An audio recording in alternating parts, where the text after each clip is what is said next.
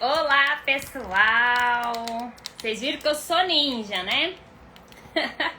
Tô toda descabelada, mas tô aqui, firme.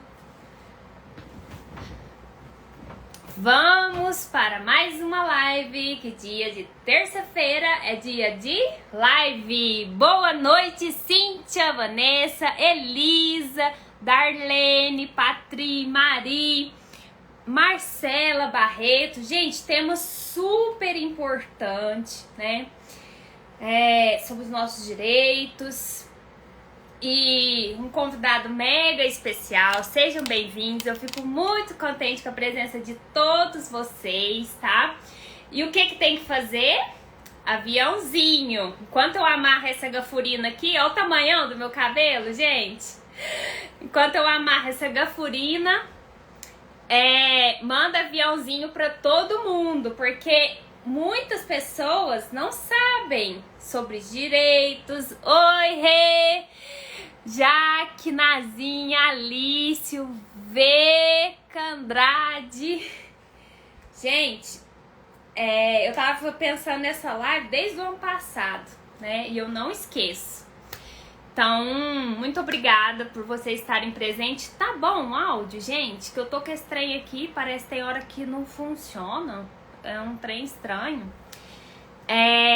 Tem o aviãozinho aí, né? O que tem que fazer? Mandar o aviãozinho para todo mundo, convidar o pessoal, porque essa live pode ajudar muitas pessoas. Pode ajudar muitas pessoas, tá? Então, pega o aviãozinho e caminha, que é um jeito da gente espalhar assunto, informação e prevenção. Então tá bom, o áudio tá bom. Zeza, boa noite. Rê, tá ótimo, obrigada. Eu também grito, né? Eu sou gritante. Eu empolgo, gente, eu empolgo, tá? Lisiane, já estou gostando. Eu vou chamar então o nosso convidado para participar conosco, o Dr. Tiago Valadão, tá? E vocês, gente, compartilhem a live, tá? Eu sempre falo isso porque às vezes vocês esquecem, né? Não é por mim, não é por você. Às vezes vocês nem precisam, né? Nem tá precisando de nenhum benefício, ou tá tudo ok. Mas e as outras pessoas, né? A gente tem que pensar no outro. Então, por isso que é importante. Pega o aviãozinho e encaminha para todo mundo. Eu já vou encaminhar o meu aqui, ó. Eu falo para vocês fazerem, mas eu também encaminho para todo mundo, ó. Já tô encaminhando, que é um convite, né? Ó, tô encaminhando aqui para todo mundo, então vocês têm que fazer também. Vocês saberem.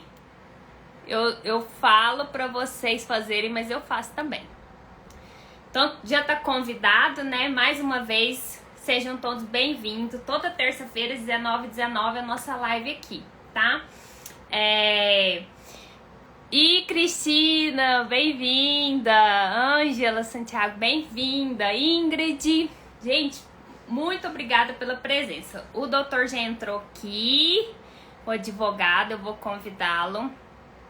Vocês não reparam o meu rosto vermelho, porque eu tô fazendo tratamento pra melasma, que é outro assunto que eu tenho que falar com vocês. E eu tava fazendo exercício. Então eu nem vou pôr filtro, porque aqui é vida real. Então vai de cara vermelha. Já convidei o Tiago Valadão, advogado, pra gente começar a nossa live. E como de costume, eu vou colocar o cronômetro aqui, né? Porque eu já gasto um tempão só falando coisa aqui com vocês, né? Então depois a gente perde tempo. Vamos pro cronômetro. Já mandei o convite aqui para ele. Vou convidar de novo, porque esse Instagram tem hora que dá um erro. Mas eu já convidei, ele já está presente na live. Lá, já a gente começa. Cris, Carol, Ivanilda, Li, sejam bem-vindos. Qual que é o tema hoje, gente? direitos, aspectos jurídicos e trombose, tá? Porque a vida de trombose não é fácil, não. O Thiago não está conseguindo participar. Não sei por quê, mas acontece essas coisas. Thiago, então me manda o convite você, para ver se dá certo. Só você ir no hominho aí, que tem uma setinha, e mandar o convite para mim. Eu tô te convidando aqui, mas não tá dando certo. Se vocês tiverem perguntas, podem mandar, porque se tiver algumas perguntas, nós vamos abordá-las, tá? Até o Thiago conseguir entrar aqui com a gente. Cada semana é um perrengue. Semana passada a live caiu. Aê! Acessou? Agora sim.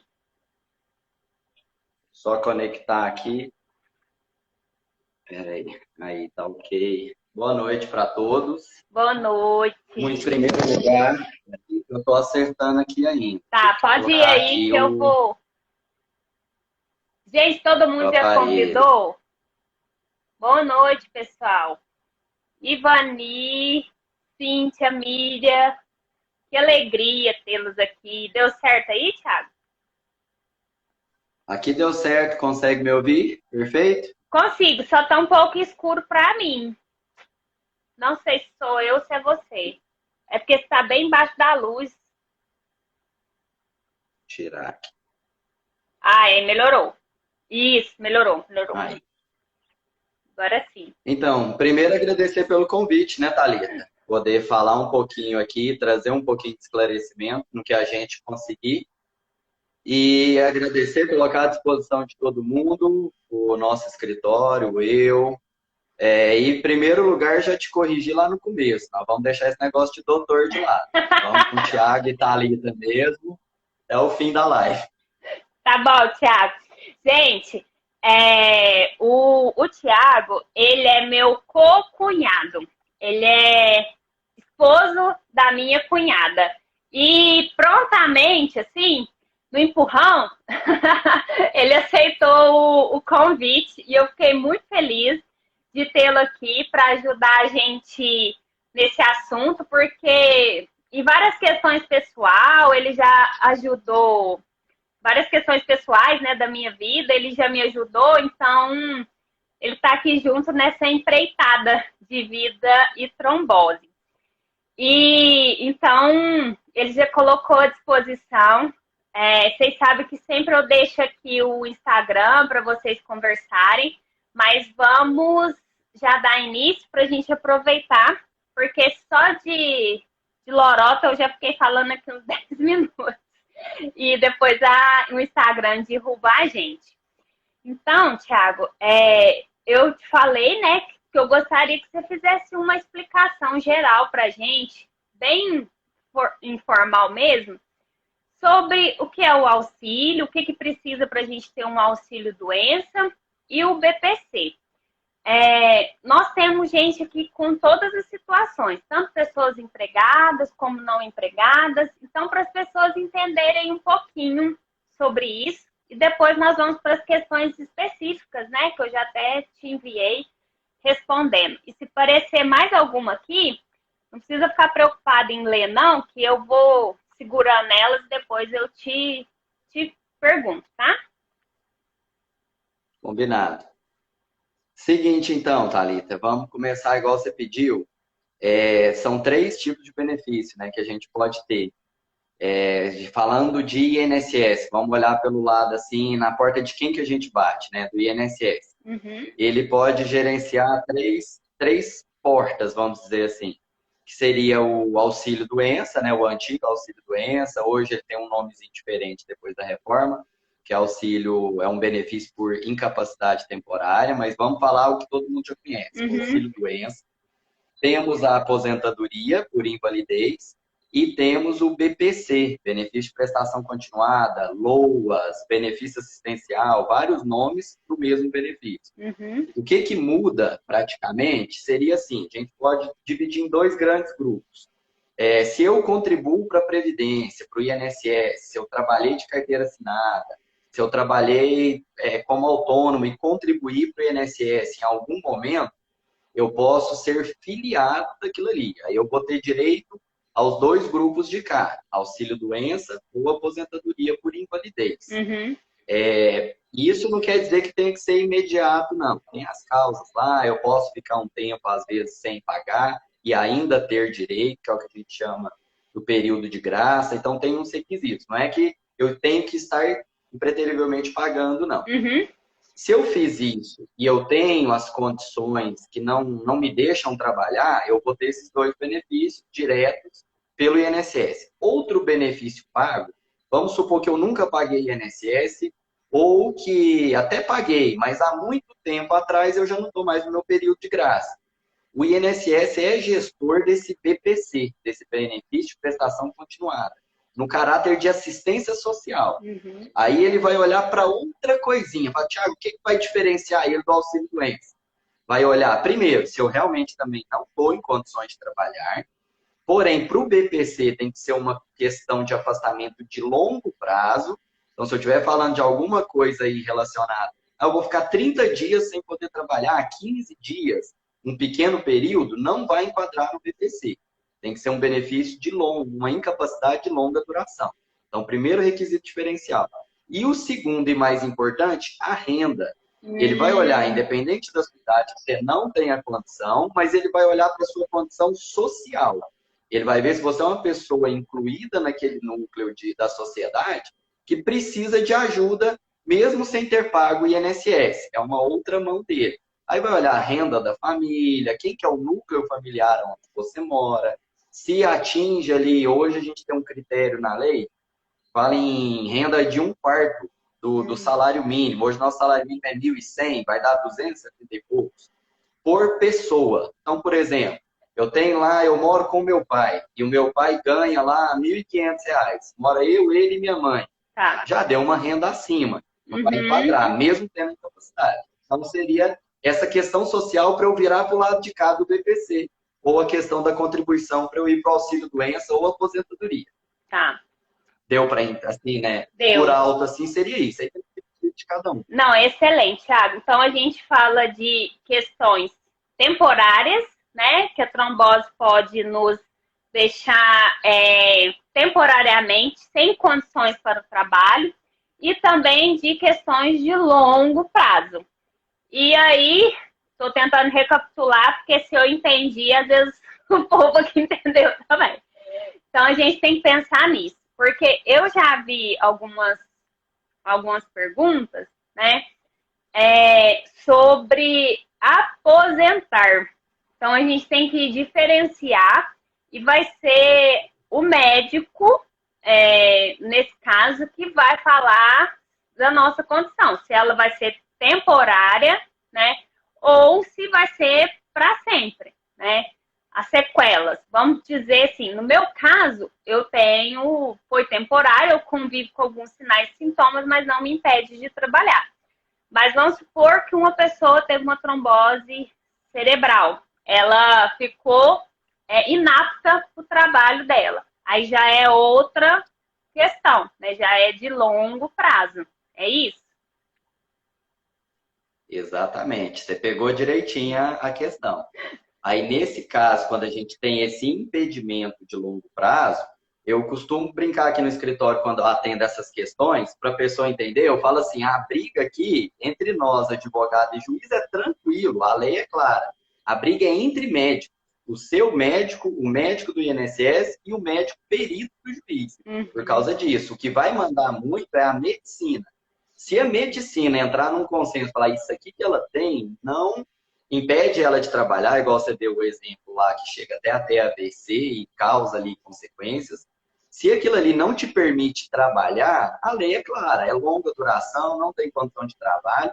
Ou eu vou aposentar por invalidez, porque eu paguei o INSS, estava dentro das condições, ou se a minha família se enquadrar no quadro social, eu vou ter direito ao BPC, enquanto perdurar aquele meu afastamento e a minha condição social. Então, realmente, essa definição médica é de suma importância. E aí, até uma coisa assim, para já começar a esclarecer o pessoal, é muito comum, às vezes, quando a gente atende no escritório essa área previdenciária, a pessoa fala assim, não, doutor, então me fala aqui que eu vou arrumar um laudo e me fala o que, que tem que ter nesse laudo. Eu nunca oriento para o cliente o que, que tem que ter no laudo. Eu falo, você tem que ter uma conversa franca com o seu médico, porque não adianta eu orientar aqui o que, que tem que ter num papel, se aquilo ali realmente, clinicamente, não representar a sua condição. Como você falou, não adianta eu virar Thalita, você é muito amiga do seu médico, vai lá, pede para ele te dar um laudo, colocando que tem isso, tem aquilo outro. Você vai passar por outro médico da área lá no INSS, você vai passar por um médico especialista na Justiça Federal. Ele vai ter condição de olhar seus exames, de olhar a sua análise clínica. Então, o que tem que ser feito é você sentar com ele e falar, o que eu tenho? O que isso me impede? Às vezes, a trombose pode dar algo grave, igual você falou do AVC, pode dar algo temporário, pode dar algo, e aí são duas características, a médica com o que eu faço. Às vezes, por exemplo, Thiago, eu sou advogado, eu consigo trabalhar no meu escritório, eu fico um tempo sentado, eu fico um tempo em pé. Às vezes, as minhas condições de um tipo de trombose são uma. Às vezes, uma pessoa com a mesma idade que eu, mas trabalha como pedreiro em alguma obra de construção. As limitações dele serão outras. Exatamente. Às vezes, ele não vai conseguir um enquadramento, então é só pegar ele e colocar ele no departamento administrativo da obra. Às vezes ele não vai ter conhecimento técnico para isso. Então, naquela condição dele, com que ele tem, social, econômico e saúde, ou ele vai ter que ser afastado por uma doença ou por aposentadoria, e eu não. Mas por causa dessas questões particulares. Não, perfeito, sabe? Porque além da questão médica, né, de curto período ou longo período, incapacidade para o trabalho ou não, a gente vê questões sociais, né? Porque se a pessoa estava contribuindo ou não, se ela estava desempregada ou não, se ela tem condições, né, de sobreviver. Então, diferencia tantas questões jurídicas, médicas e até sociais. Quando você colocou sobre o que deve conter num relatório, eu penso que isso é uma questão minha, né? Minimamente, isso o profissional médico deve saber, mas quando a gente pergunta isso, mas doutor, o que deve conter? São questões básicas, por exemplo, identificação e CID. Infelizmente, Thiago, eu já vi alguns relatórios, né, que não vêm com essas informações básicas. E aí a gente vai, né, recorre às outras áreas que não medicina, poder ajudar a gente. Pensa assim, o que tem, mínimo tem que ter? Eu penso, né, você pode até complementar, identificação certinho do paciente, data, porque, gente, tem profissional que como é que faz um relatório sem data, carimbo, com CRM e o CID. No mínimo isso tem que ter, né? Pelo amor de Deus. Exatamente. Isso aí é o que a gente fala que são as condições até formais do documento. Isso aí tem que ter em qualquer laudo. Dependendo, a gente vai usar ele judicial, só apresentar na empresa ou qualquer outra situação. Você tem que ter isso aí minimamente documentado. Se a gente for entrar numa área mais específica, aí seria o médico trazer justamente essas relações registradas. Porque é muito comum, como eles estão na parte técnica, às vezes é só colocar a pessoa fulano qualifica, coloca que ela tem a doença tal, CID tal, usa os medicamentos X, X e X, incapacitada por tempo indeterminado. Trazendo isso para o lado jurídico, a gente vai lidar, por mais que, às vezes você vai num profissional especializado em previdência, que já vai ter o hábito de lidar com essas questões, mas ele não é médico. Você vai levar isso para um juiz, que julga milhares de casos semelhantes, mas ele também, por mais que tenha ali a formação de prática, ele não é médico, não vai abordar tudo. Então, o que eu costumo alertar eles para colocarem seria, nesse bate-papo aberto com o médico, que tudo que ele colocou explicando essas condições seja registrado. Para as condições, por exemplo, nisso que ele teve, ele tem redução da força dos membros inferiores, por exemplo. Perfeito. Aí você coloca para o seu médico, olha, eu trabalho com isso, com isso e com isso. Que ele registre lá no laudo. Então, não é recomendado que ele desenvolva trabalhos com longa permanência sentada ou com carregamento de peso.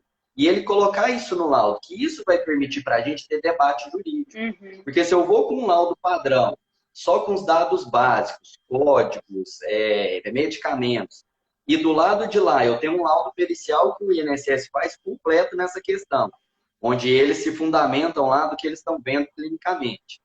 E aí eu vou para um perito judicial. Se o perito não me der razão, às vezes eu, como advogado, fico impossibilitado até de questionar aquele laudo judicial. Uhum. Porque o juiz vai falar, mas espera aí, por mais que é inconformismo do advogado com o resultado da perícia, o juiz vai dizer, mas eu não vejo elementos no processo que falam o contrário do que o médico está falando. Se o médico falou que ele tem condição, o laudo do beneficiário, do autor, não fala nada em contrário. Só fala que ele tem a doença e que ele usa o remédio.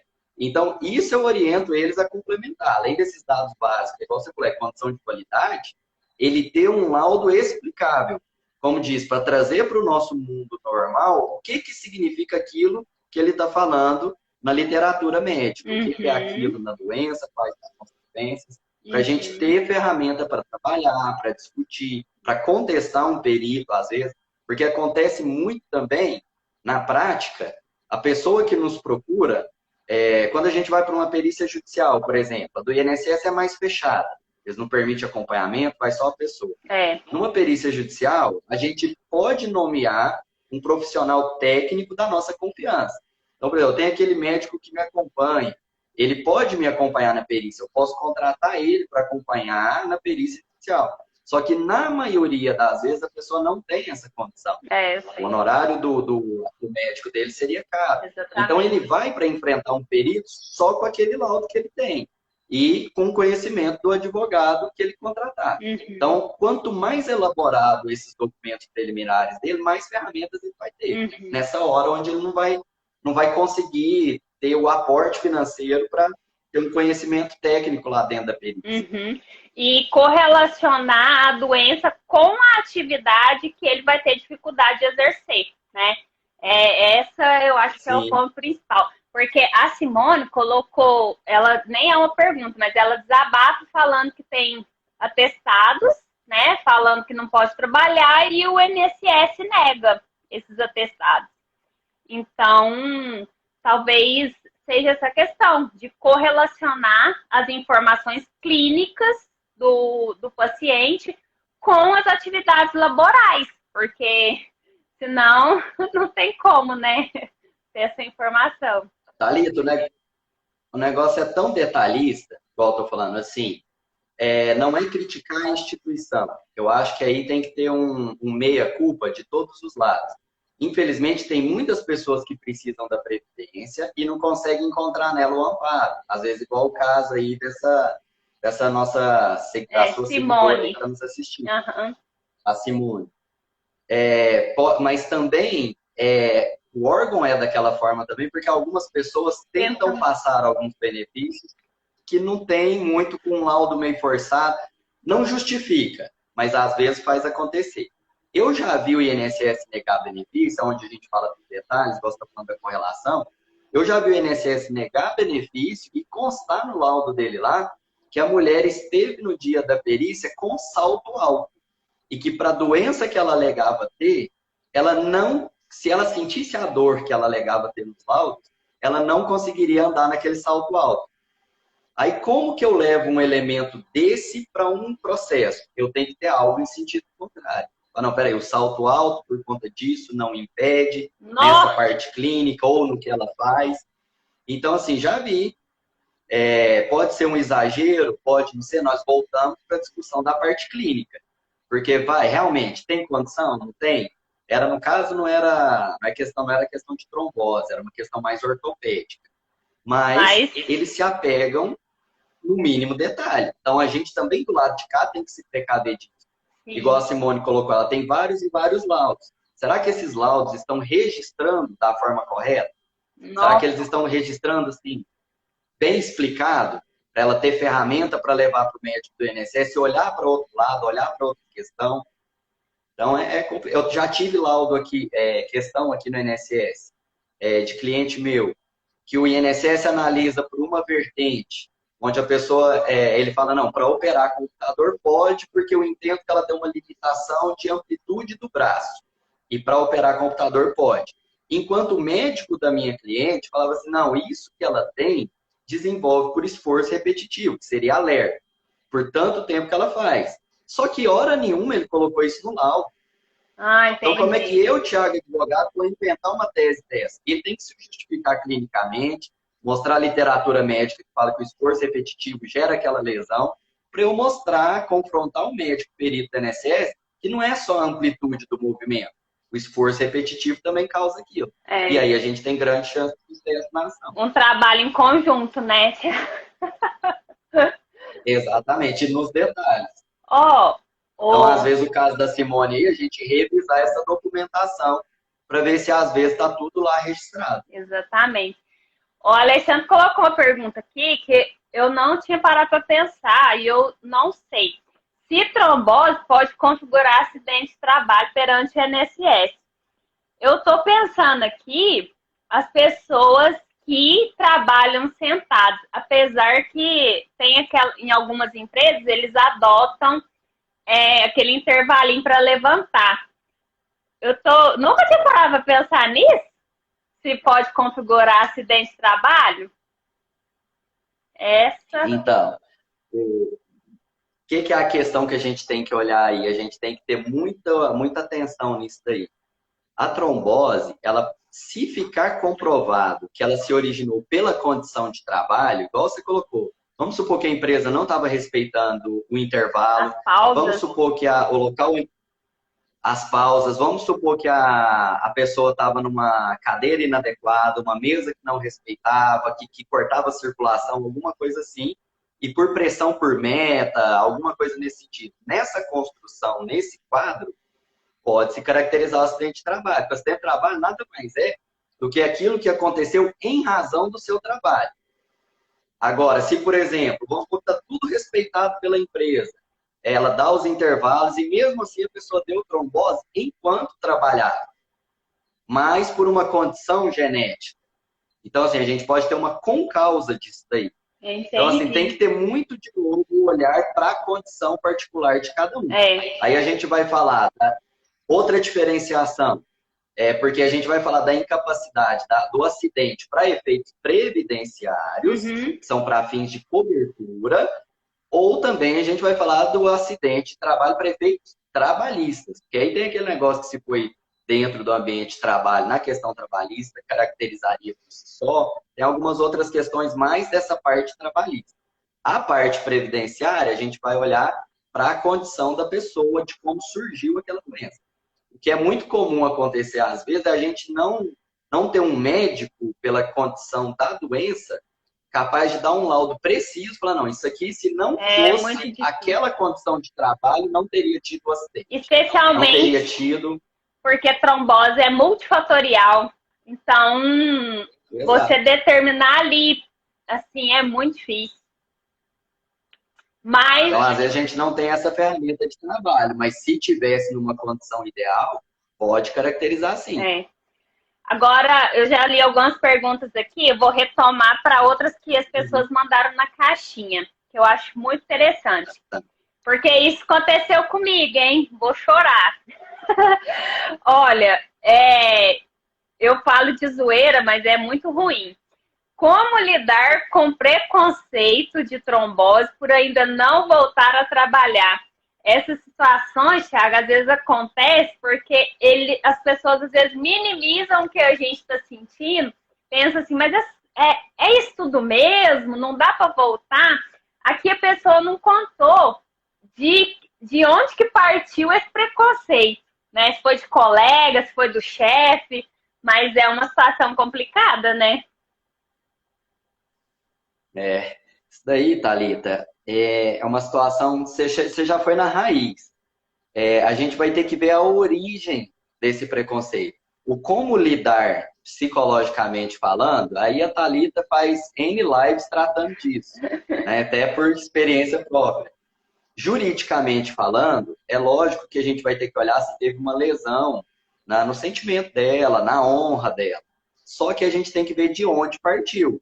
Por exemplo, se ela encara isso no meio familiar dela, não estou falando que é correta a situação, mas não vai caber uma reparação legal, jurídica para aquilo.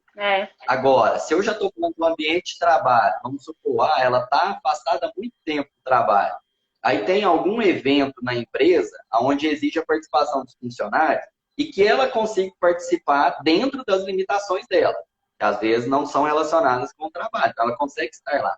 E dentro desse ambiente de trabalho, se ela sofre esse preconceito, seja pelo chefe, pelo encarregado, pelo dono da empresa, pelo colega de trabalho, ela pode sim ser indenizada por isso, até no aspecto trabalhista. Porque, por exemplo, mas foi o meu colega de trabalho, mas a empresa tem por obrigação de zelar pelo ambiente de trabalho. Vamos supor, se é na rede social, eu pego lá e discuto. Grupo de trabalho, né? Grupo de WhatsApp. Exato. Não, mas eu não falo às vezes nem mais tratando de uma ofensa partindo do ambiente de trabalho. Vamos supor, igual você tem lá os seus seguidores e alguém te expõe publicamente, te julgando, te tratando de alguma forma preconceituosa, ofendendo a sua imagem, a sua honra. Ah, mas a Thalita tá lá, toda feliz, fazendo live, e se coloca de uma forma inadequada. E isso pode gerar uma indenização, porque ela te expôs perante terceiro. Então, isso também pode dar uma reparação, tanto no ambiente de trabalho, quanto perante terceiro, se teve essa postura inadequada. É muito sério, né? Porque as pessoas não têm dimensão. Às vezes, por não conhecer a doença, ou até por falta de bom senso mesmo, né? Gera algumas coisas que machucam a gente.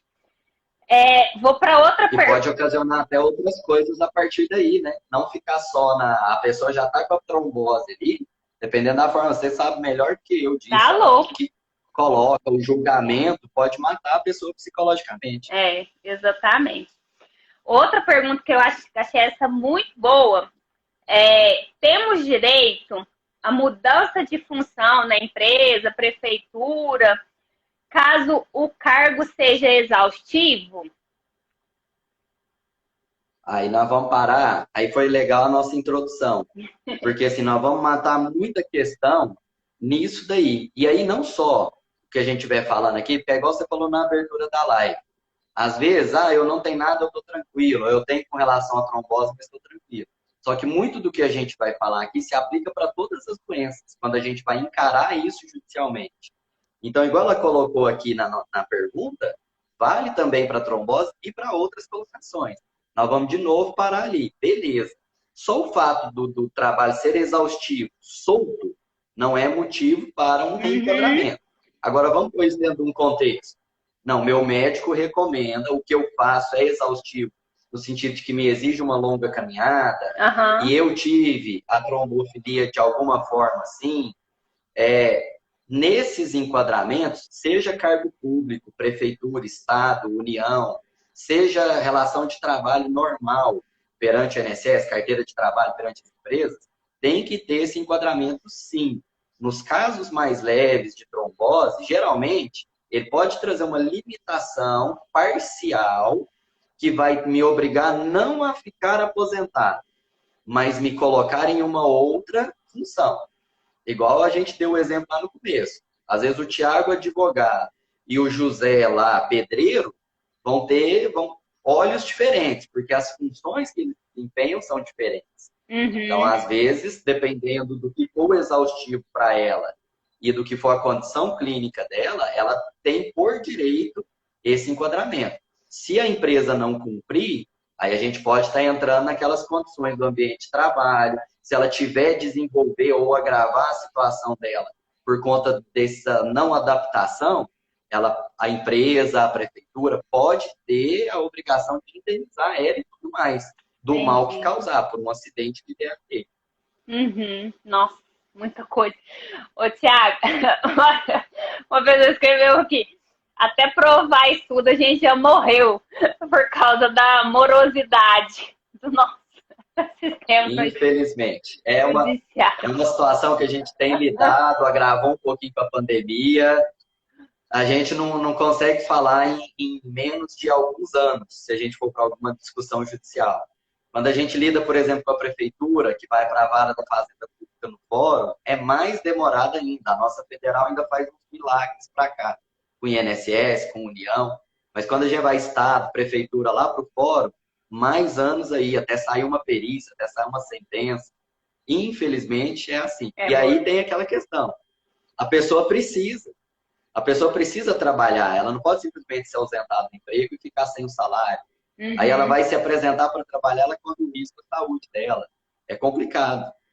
Mas, é igual eu uhum, falei, tudo isso, as consequências que acontecerem, juridicamente, podem ser reparadas. uhum.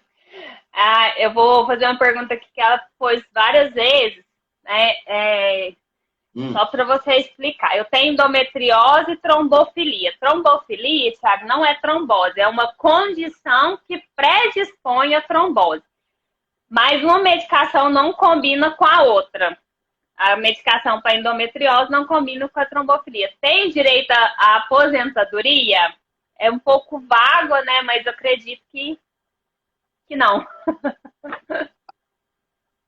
aposentadoria, eu vou. Qual que é o nome da nossa ouvinte? É Barros, Cari Barros.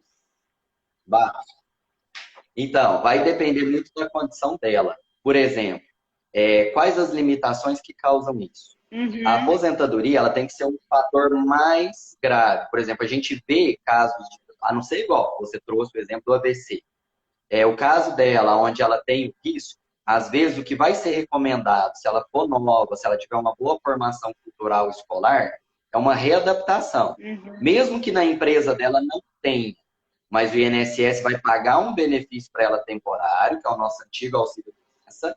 Ela vai receber esse benefício, passar por uma readaptação, onde o INSS vai encaminhá-la para alguns cursos de formação, uhum. onde ela vai poder lidar com uma nova condição de trabalho, de acordo com as limitações dela. Porém, se a gente estiver falando de uma pessoa com uma idade mais avançada, com uma pouca formação, o que é a visão da lei? Fala, não, até eu formatar essa pessoa para um novo enquadramento, com o histórico que ela tem, ela já vai estar às vésperas da aposentadoria normal dela. Aham. Então não faz sentido eu colocar isso tudo. Aí, nesse caso, pelas condições culturais, junto com as de saúde, recomenda-se a aposentadoria. Então nós vamos voltar para essa questão das outras condições que giram em torno disso. Ela vai ver lá o que é o medicamento prioritário dela na questão médica, aquele que não for, qual que é a consequência que ela tem daquilo, as limitações que ela tem, para daí a gente definir a idade dela, a formação dela, qual que seria o benefício. Só para Uhum. colocar um exemplo prático disso, já teve um caso Ah, onde a pessoa, por uma questão até dessa trombofilia que você falou, que é a predisposição genética, aham. ela desenvolveu uma outra síndrome que eu não me recordo o nome, era um nome daqueles bem científico, e por aí o juiz determinou a readaptação, desde Ixi. que ela não trabalhasse com peso, com nada cortante que poderia ocasionar alguma coisa, alguma perfuração dela, porque ela ia ter dificuldade na coagulação, Uhum. mas ele ainda ressaltou na decisão dela. Ela era nova, ela tinha uma formação histórica escolar boa, então com um pouco de tempo ela poderia ser readaptada. Fora dessas condições, colocaria a saúde dela em risco. Então, ela recebe temporariamente e se insere no mercado de trabalho de novo. Uhum. Eu tenho até um relato de uma pessoa aqui que contou, né, que a condição dela seria de aposentar, mas incluir ela num curso para ela entrar no processo de reabilitação como PCD.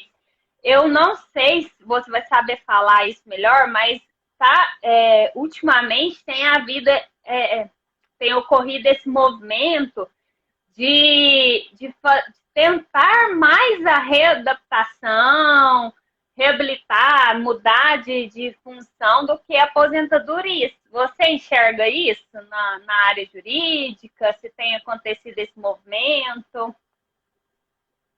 Sim, muito. A gente pode ver pela própria reforma da Previdência, que aconteceu em 2019 e acontece periodicamente.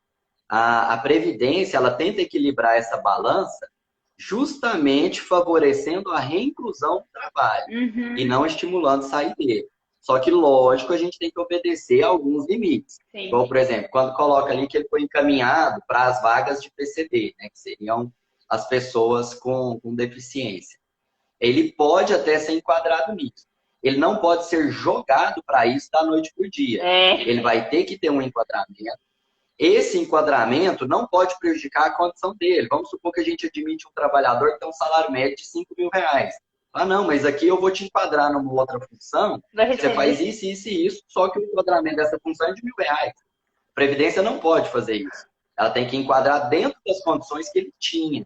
Ele não pode ser prejudicado, ter que ter um reenquadramento social dele, ela tem que colocar ele, devolver ele para o mercado de trabalho nas condições que ele estava.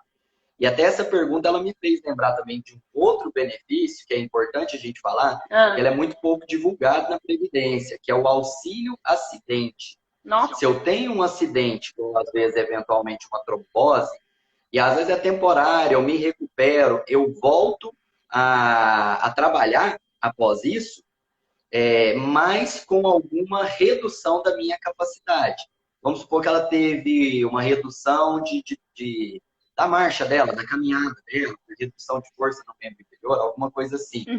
E isso, para o trabalho que ela desenvolvia, era necessário. Ela consegue continuar trabalhando, só que ela produz menos. Vamos supor que ela tinha que deslocar em algum chão de fábrica, alguma coisa. E isso prejudica um pouco a quantidade que ela consegue produzir. Ela tem um intervalo maior. Esse benefício da Previdência é justamente para essa situação. A pessoa está de novo no mercado de trabalho, mas ela tem a condição de trabalho dela reduzida. Então, a Previdência vai pagar esse benefício, esse auxílio acidente para ela, pela redução da capacidade de trabalho dela. E ela vai levar esse benefício mensalmente, enquanto perdurar essa condição, até a aposentadoria, quando ela aposentar, cessa. Mas é um benefício adicional. A pessoa recebe o salário e recebe o auxílio acidente, enquanto perdurar essa redução dela de capacidade. Vamos supor que ele teve um AVC, ele trabalhava com alguma coisa mecânica com a mão, e ele não tem mais um movimento tão determinado. Ele teve uma redução do trabalho dele, da capacidade de trabalho dele, ele tem direito a esse benefício. E o INSS é obrigado a conceder ele de ofício. A pessoa não tem que pedir no INSS. Quando o INSS vai dar alta para ele do auxílio-doença ou de uma reversão de aposentadoria de invalidez, ele tem por conta própria, estou te dando alta, estou implantando o auxílio-doença porque eu reconheço que você teve uma lesão consolidada que diminuiu a sua capacidade de trabalho. Então, é uma questão que às vezes você não vai ter nem que bater na porta do INSS. Quando ele te deu alta e não implantou o benefício, você já tem uma forma de entrar e obrigar o INSS a te dar esse benefício, desde que reduz a sua capacidade de trabalho. Nossa, essa eu não sabia, não. Olha aí, quanta coisa, né? Tiago, tem uma outra pergunta. E aí é aquela questão, né? Desculpa te cortar, Pode Thalita. falar. Infelizmente, a gente tem que ficar atento aos nossos direitos. Essas lives, igual você faz, várias pessoas estão fazendo, é muito importante. Porque, infelizmente, do lado de lá, a gente não vê uma intenção tão grande em tornar público essas informações. Não. Porque para o lado de lá, isso daí vai onerar, vai criar mais gasto, vai criar mais custo. E isso é escondido. Então, procurar a ajuda de um profissional faz toda a diferença. Você ter essa condição em todas as áreas da vida, né? Todas. Ô, Tiago, outra pergunta aqui que eu achei fantástica, Marcela, né? Segui vida linda, Marcela, ela tá até no nosso site com o depoimento dela. No setor administrativo, quando ela falou especificamente do setor administrativo, no exame admissional, a pessoa pode ser considerada inapta porque já teve trombose? Eu acredito que essa questão do exame admissional deve causar muito medo nas pessoas que já tiveram trombose na hora de passar por ele. Você consegue falar para a gente um pouquinho? Apesar que setor administrativo é amplo, né? Mas o que você fala para a gente com relação a esse exame? Tem alguma coisa para ajudar? Na verdade, Thalita, esse exame admissional, ele vai vir justamente para ver essas condições, ele teria que ser específico para essas condições e ver o que é o trabalho que a pessoa, justamente para enquadrar. Vamos partir do pressuposto que esse trabalho administrativo dela seja no sentido de papel mesmo, de lidar com recursos humanos, ou com a parte financeira, onde ela vai trabalhar em escritório, seja nesse sentido. Lógico, tem os graus lá de trombose, tem todas as outras formas que cada um está submetido às restrições. Mas numa questão mais leve, não há impedimento. Só se a pessoa realmente for negada, só porque ela tem uma trombose leve, onde ali ia trabalhar num escritório, é uma causa até de se recorrer disso. Quando a gente fala recorrer, infelizmente, justiça, até com mandado de segurança, alguma coisa nesse sentido, por ter uma recusa discriminatória. Não pode. Aí a vaga tem que ser assegurada para ela, se não for justificado. Agora, se fosse algo relacionado aonde o que ela tem impede ela de desenvolver especificamente aquela função, aí pode ser recusado, sim. Se para onde ela concorreu a essa vaga no administrativo tiver um enquadramento para ela, vai para lá. Se não tiver, infelizmente, pode ser negado. É igual você falou, o administrativo é amplo, mas no geral, ele não dá a ideia de algo com esforço tão grande assim para ser um óbvio a trombose. Talvez, é igual a gente falou, mas aí é condição de trabalho. Ah, mas lá naquele local, naquela empresa, naquele setor público, eles não concedem um intervalo regular, o chefe fica de cima, a gente tem que bater meta, e aí não me permite nem levantar para tomar uma água, eu não posso tomar minha medicação, alguma coisa assim. Aí são as condições de trabalho que estão contra regras de higiene e saúde do trabalho. Aí não é o cargo. O cargo em si, acho que eu não vejo impedimento assim, não. Só em casos específicos. Excelente. Vamos para mais uma, que o tempo está passando, daqui a pouco você acaba. Já está chegando no final.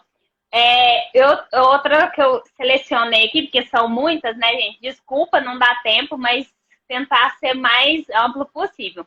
Estou afastada pelo INSS por conta da trombose. Quando eu voltar para a empresa, posso ser demitida? A Carol está perguntando. É outro medo que todo mundo tem. Ficar doente, voltar e levar um pé na bunda.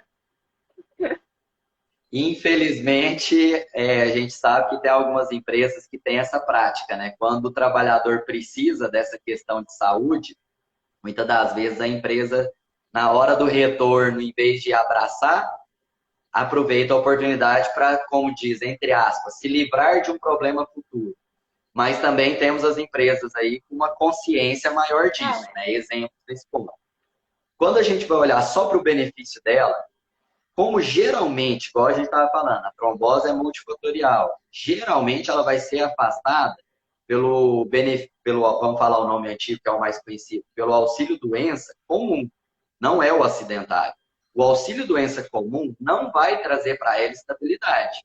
Então, quando ela voltar reabilitada, a empresa pode demitir ela, pagando os direitos da demissão imotivada, né, sem justa causa, vai pagar tudo, mas pode demitir.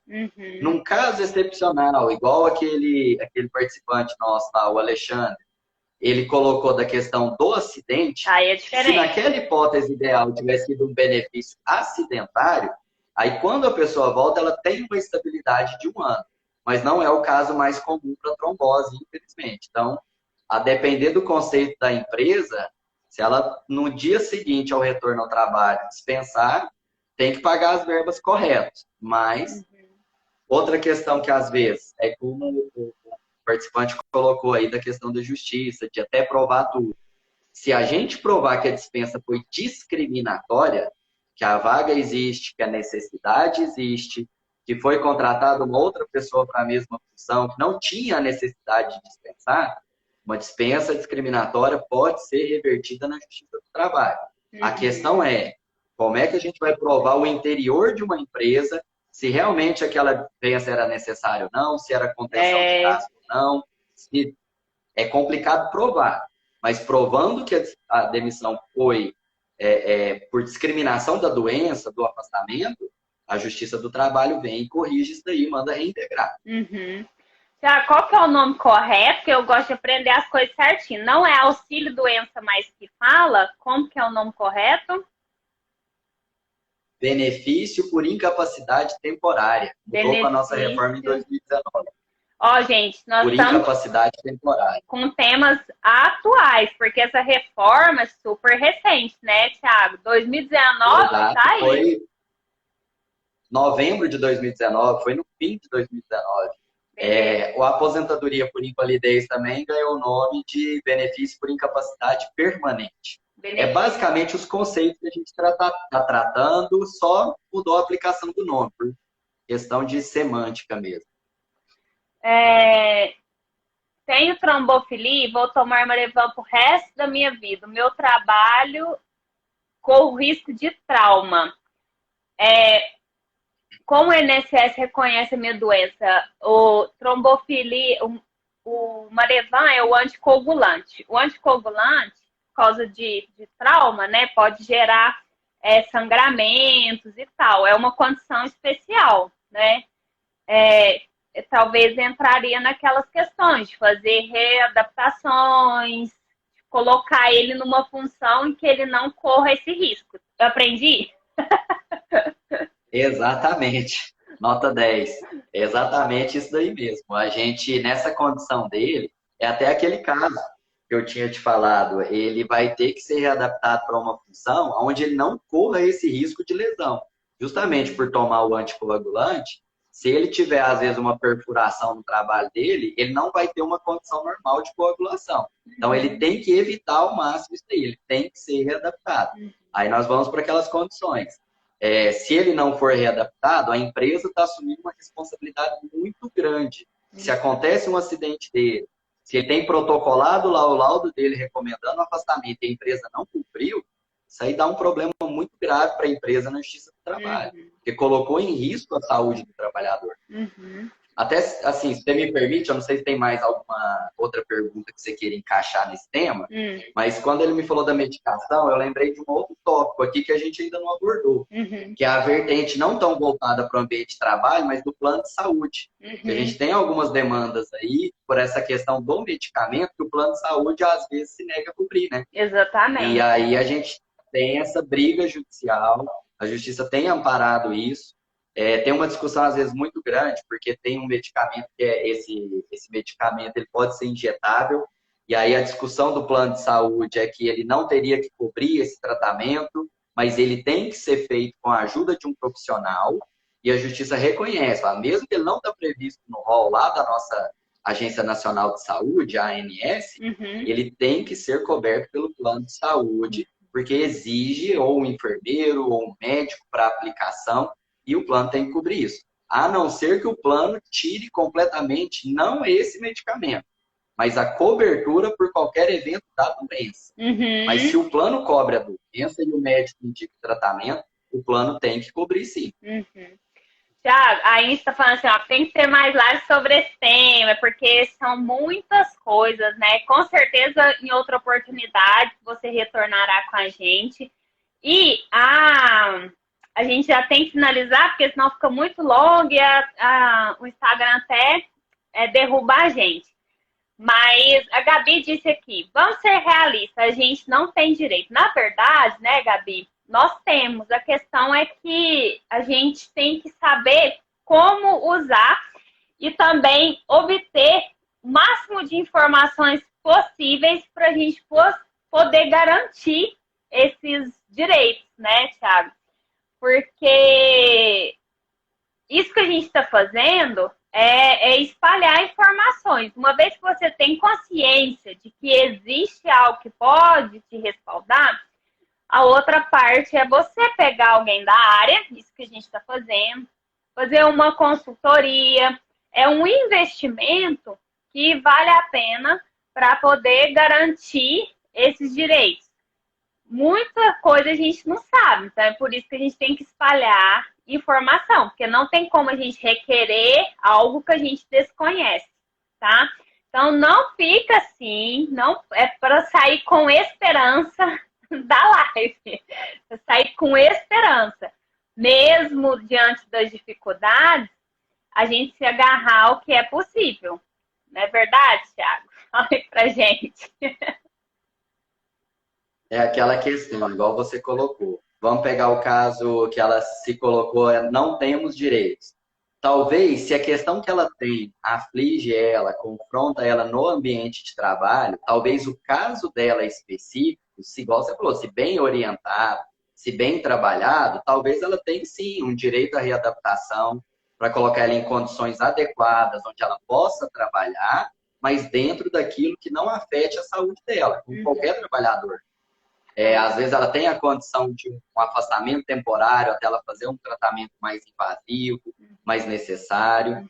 É tudo, quanto mais a gente andar junto com as informações antes do problema, mais a gente vai conseguir soluções mais rápidas. Então, às vezes, a gente procurar a ajuda de um profissional antes mesmo de entrar no INSS, para que, Exatamente. não, igual eu coloquei, não que o advogado vai ditar exatamente o médico, a gente não tem nem competência para isso, mas vai orientar o que é o olhar da Previdência, o que é o olhar do perito do juiz, para que ele tenha documentos que facilitem.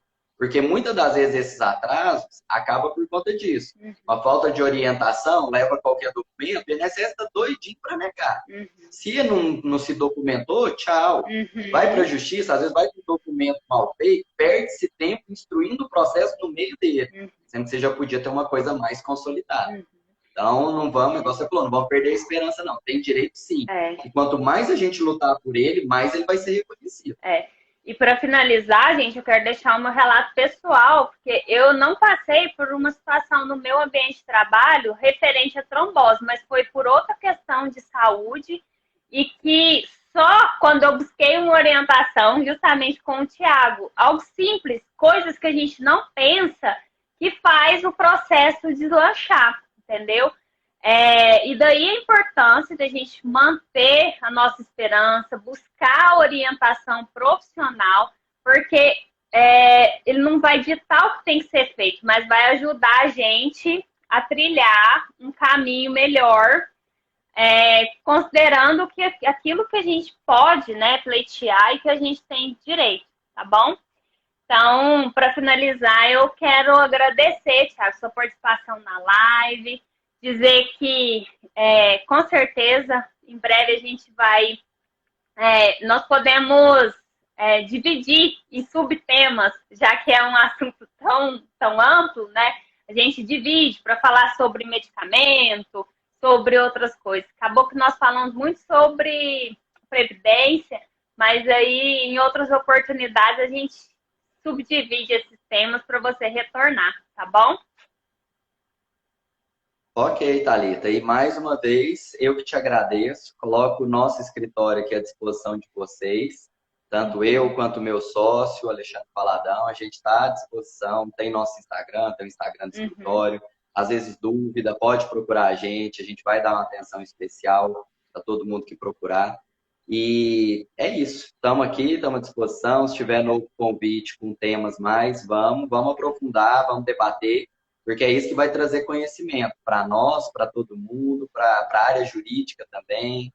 É um debate interessante. Com certeza. Gente, a live, vocês sabem, né, que eu deixo salva no canal do YouTube. E logo que encerra aqui, eu sempre posto nos stories o Instagram, tanto do Thiago quanto do escritório dele, que vocês tenham liberdade de ir lá, conhecer o trabalho, seguir, porque às vezes vocês fazem várias postagens também que vai ajudando a gente ligar o pisca-alerta e correr atrás do nosso direito, tá bom?